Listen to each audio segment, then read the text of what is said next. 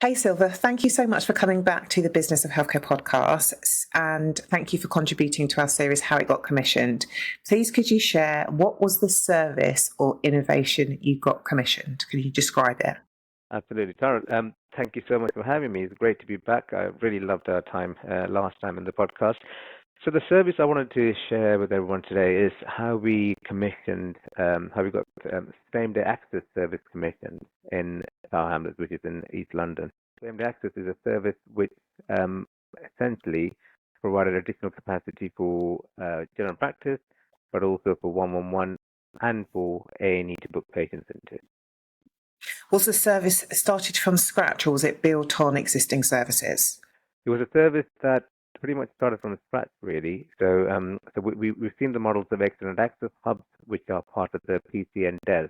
And so it was modeled similar to that with the intention of keeping the patients within their localities and giving them the confidence that their local GPs would see them if they had on-the-day demand.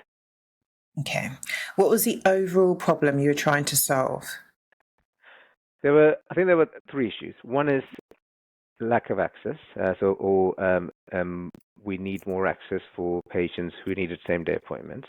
The second issue is where do 111 fit the patients who call them within the daytime? If general practice doesn't have the capacity to absorb those patients, and we felt we needed a local approach. And the third and also important issue is patients who turn up in the urgent treatment center facing 6-hour waits, could they be signposted elsewhere, closer to home, and see a GP that they know locally? So there were the three, I think, important issues we try and resolve with this. Did you work up the business case and the rationale before taking it to the commissioners? Like, how did you get it commissioned? Like any great project, it was actually a joint effort. So it was so I was part of it, but primarily it was led by our primary care networks in Tower Hamlets, with the help of a PCN commissioner, so with an ICB commissioner, who helped us develop the business case and presented it to the ICB board. So the local ICB leads were on board from the start because we recognized there was a problem. They recognized there's an issue.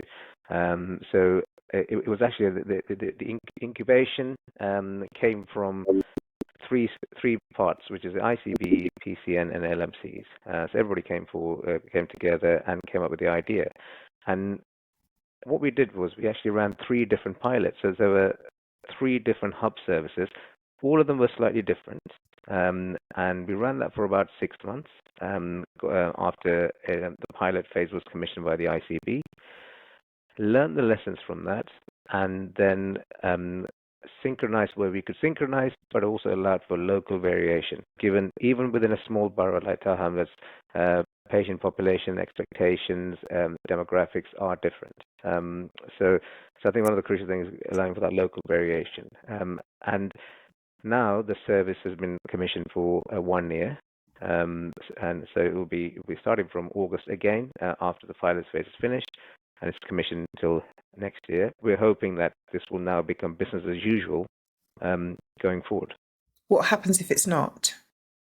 I think we've made a good case for it within the pilot. So they've seen patients really giving great feedback. Because one of the important things we did was we made sure all the GPs who work for the service were local GPs.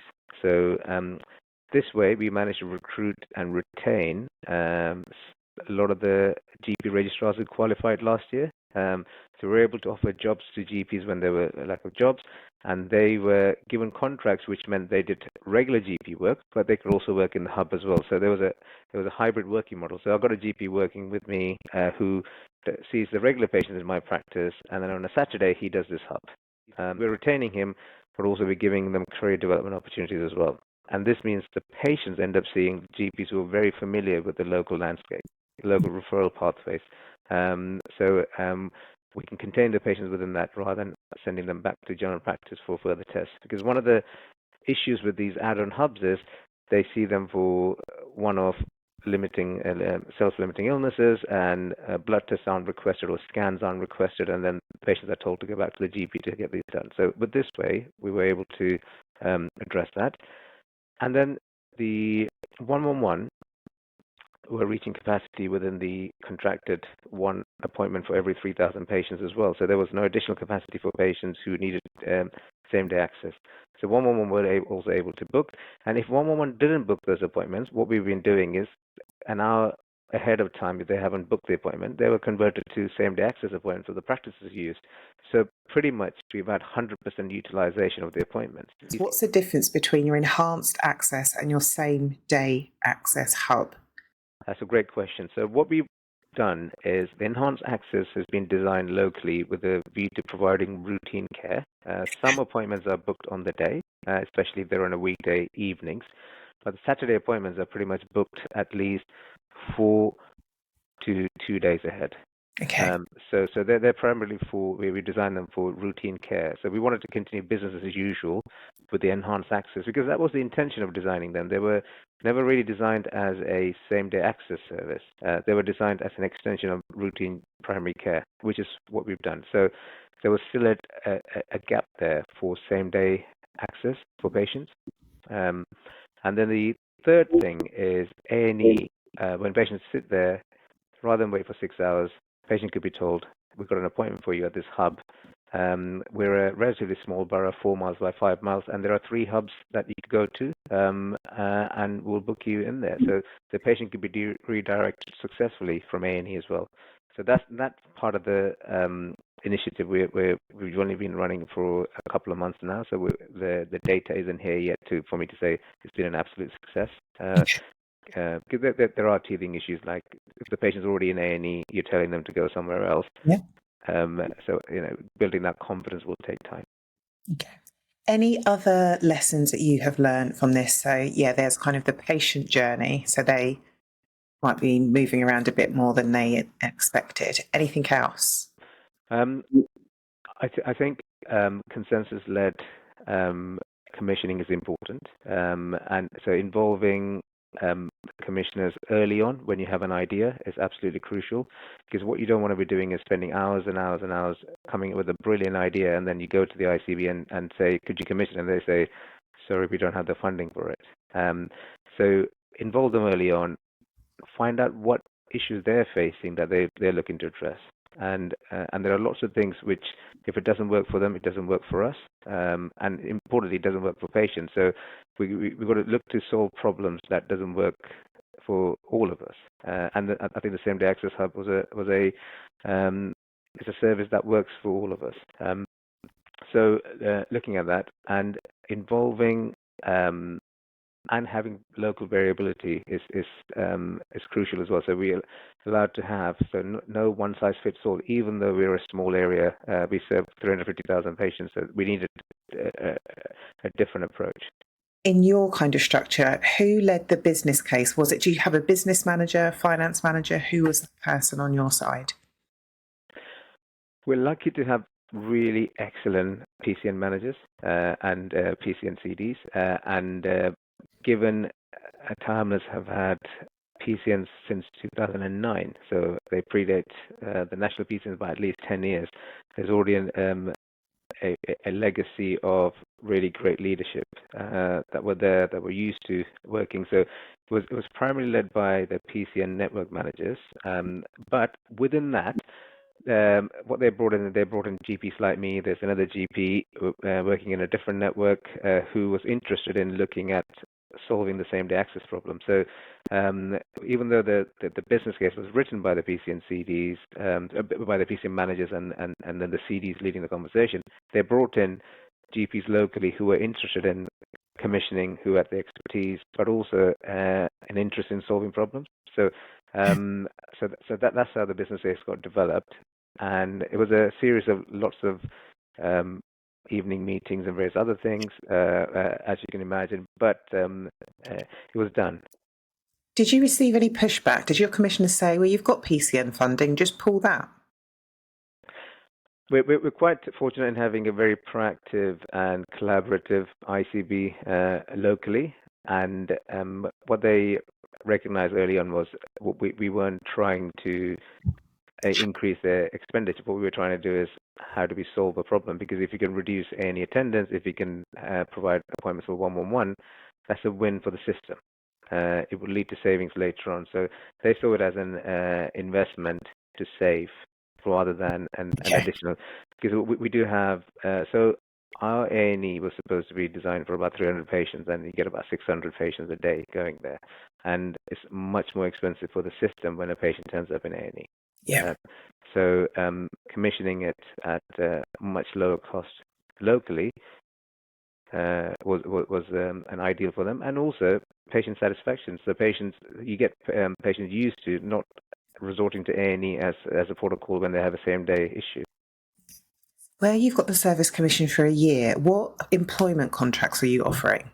So we are offering one year fixed term contracts for our GPs. So they're all on a salaried model with a 1 year fixed. So they do attract BMA standard contract with all the terms and conditions, and but because of the 1 year nature of it, it's been a short term contract.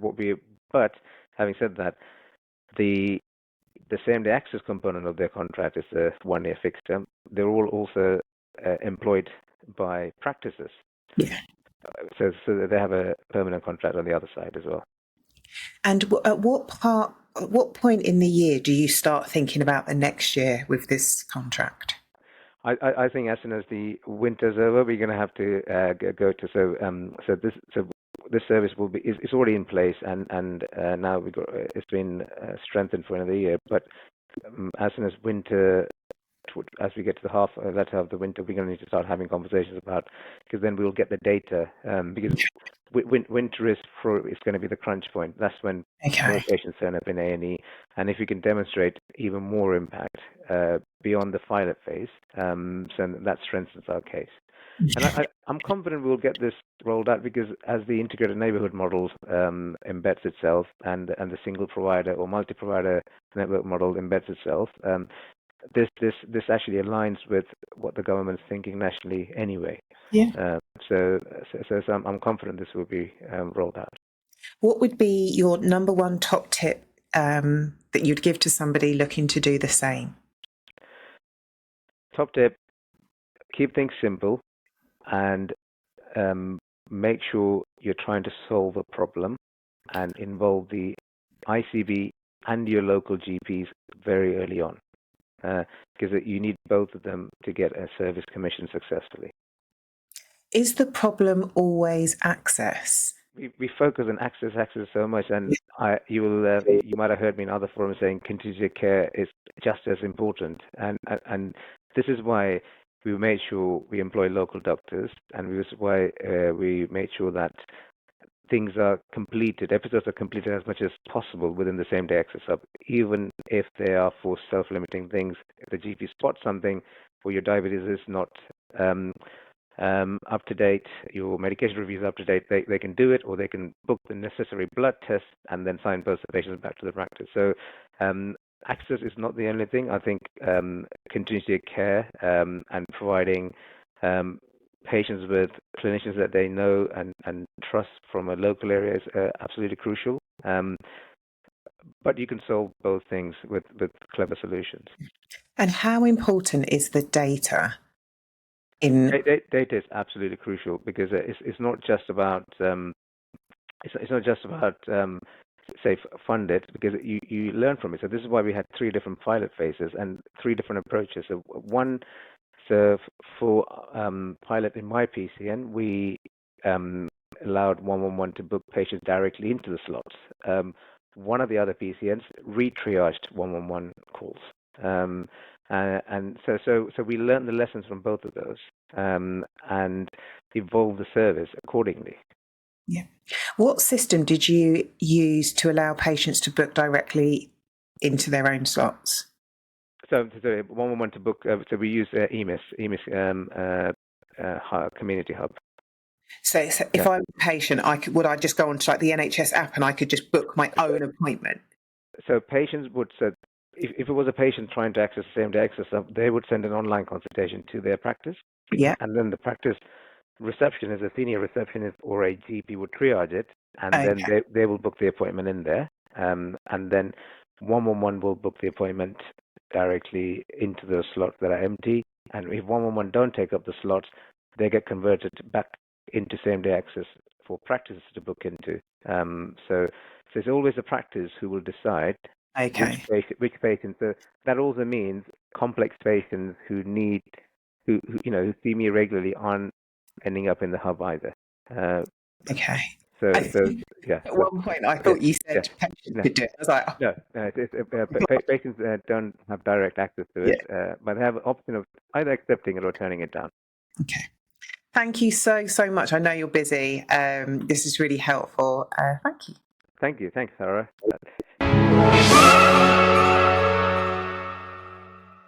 So to summarise some of the takeaways from Dr. Silva, he identified 3 core problems. There was a lack of same-day access, there were capacity issues in 111 service, and significant waiting times in A&E. So some of the key takeaways I took from this is to involve commissioners early and just try to make sure you're trying to get that win-win-win across the system.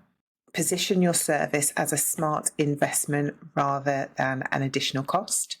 Silva and his team conducted 3 pilots to take into consideration the local variation. And he also highlighted the importance of collecting that data to support future services. Hope you found this helpful. It's short, sharp, to the point, and really helpful.